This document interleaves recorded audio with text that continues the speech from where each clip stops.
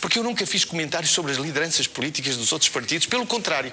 Já conheci 5 líderes do PSD. Santana Lopes, Marcos Mendes, Luís Filipe Menezes, Manuela Ferreira Leite e agora Pedro Passos Coelho. 5. Sempre as respeitei. E digo-vos uma coisa, não sei se a coisa vai ficar por aqui. Não sei, não. E sempre fiz o meu melhor para ter um relacionamento pessoal com essas lideranças políticas. Talvez fosse melhor o cargo de presidente do PSD passar a ser rotativo. Sempre era uma forma de todos ficarem contentes e de se acalmar a ânsia de poder que provoca toda aquela agitação.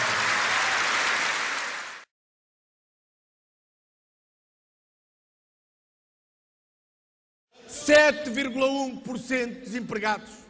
7,1%. É a maior taxa de desemprego desde que começou esta série cronológica das medições de desemprego em Portugal. Este número é bem a marca de uma governação falhada. O crescimento do desemprego abrandou. Os dados do primeiro trimestre, 10,5%, tinha sido dado pelo Eurostat, não temos nenhuma novidade.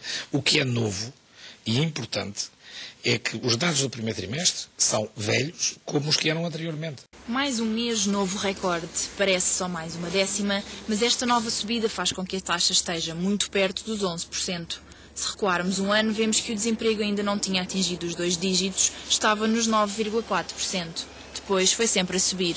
Há agora mais de 600 mil pessoas sem trabalho em Portugal, o maior número de sempre. Os números que o Eurostat tem dado para o desemprego em Portugal têm mudado todos os meses. Todos os meses o Eurostat tem corrigido as estimativas que tem dado.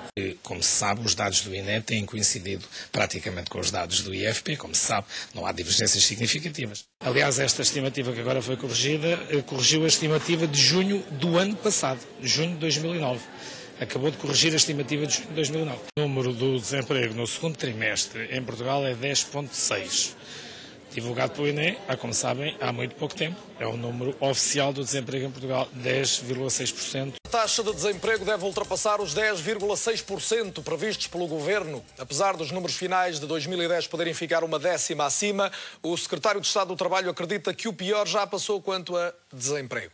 Não é previsível, diga-se desde já, que em 2011 tínhamos alterações muito significativas. Neste momento o tempo não é fácil para previsões, como se verifica, e portanto a nossa expectativa é verificar se agora os dados de janeiro e de fevereiro mostrarão ou não a continuação dessa tendência. O desemprego disparou no primeiro trimestre do ano. A taxa de desemprego atingiu os 12,4%. Os dados são dentro da expectativa prevista. O desemprego aumentou 3 décimas, tal como era previsto. A taxa de desemprego atingiu os 11,1% no último trimestre do ano passado.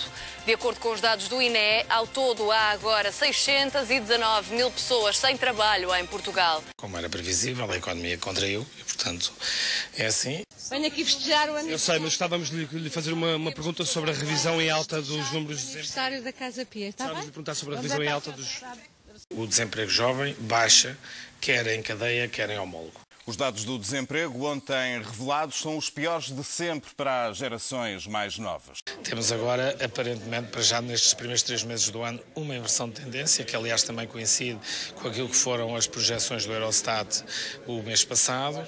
Mais de 200 mil portugueses já terão desistido de procurar emprego. De acordo com o Jornal Público, há 204 mil portugueses nesta situação. Seguindo este cálculo, a taxa de desemprego não estaria no nível histórico de 12,4%, mas já teria batido o recorde ao chegar aos 15,5%. Queremos recuperar os 150 mil empregos que se perderam nestes últimos 3 anos. Mas para isso é preciso um novo governo. Um governo com pessoas credíveis, com pessoas competentes, com pessoas capazes, por forma a restaurar a confiança e restaurar a esperança num futuro melhor para Portugal. Vamos ficar ou em 7% ou abaixo de 7% no nosso déficit orçamental. O déficit orçamental de 2010 pode ter de ser corrigido. A meta do déficit está ameaçado e pode mesmo ultrapassar os 8%. Isso significa que seremos um dos países europeus que mais reduz o seu déficit. O Eurostat confirmou que o déficit português atingiu os 9,1% em 2010. Revela uma derrapagem face à previsão de 7,3% traçada pelo Governo e face aos 8,6% inicialmente previstos pelas autoridades estatísticas. Primeiros 3 meses deste ano, a situação foi ótima. Portanto, estava a haver uma evolução espetacular. Por isso, gostaria de comunicar aos portugueses que o Governo decidiu hoje mesmo dirigir à Comissão Europeia um pedido de assistência financeira. Não é possível um país sistematicamente estar a gastar 8, 9% acima daquilo que produz. Pedirmos ajuda externa, que o Primeiro-Ministro, a meu ver, e gravemente, fez disso um cavalo de batalha. Não, nunca pediremos ajuda externa. Portugal não precisa de nenhuma intervenção externa. Só pediu ajuda externa depois de terem acontecido 3 coisas muito importantes. Nem precisa de nenhum FMI, nem de nenhum Conselho do FMI. Primeiro, o chumbo por todos os partidos da oposição do PEC 4. Rejeição do Programa de Estabilidade e Crescimento na Assembleia da República. Segundo, a dissolução da Assembleia da República sob parecer unânime do Conselho de Estado. Informei desta decisão o Sr. Presidente da República. E terceiro, o manifesto público da banca portuguesa. Esta situação tornou-se uma ameaça real ao financiamento da República, ao financiamento do nosso sistema bancário e, por consequência, ao financiamento da nossa economia. Se não fossem estes 3 empurrões. Sempre encarei um pedido de ajuda externa como uma solução de último recurso. Se calhar ainda hoje estava o Primeiro-Ministro a dizer, contra toda a evidência, que não queria ajuda externa. Depois de ter dito que não governava com o FMI, como é que agora quer convencer os portugueses de que é o melhor Primeiro-Ministro para governar com o programa do FMI? Toda a gente percebeu o que eu quis dizer quando disse isso. Pois eu quero dizer-vos, da minha parte, que eu não estou disponível para governar com o FMI. O que eu quis dizer foi que há um ano que luto intensamente para que nós não tivéssemos nenhum pedido de ajuda externa. Que eu não estou disponível para governar com o FMI.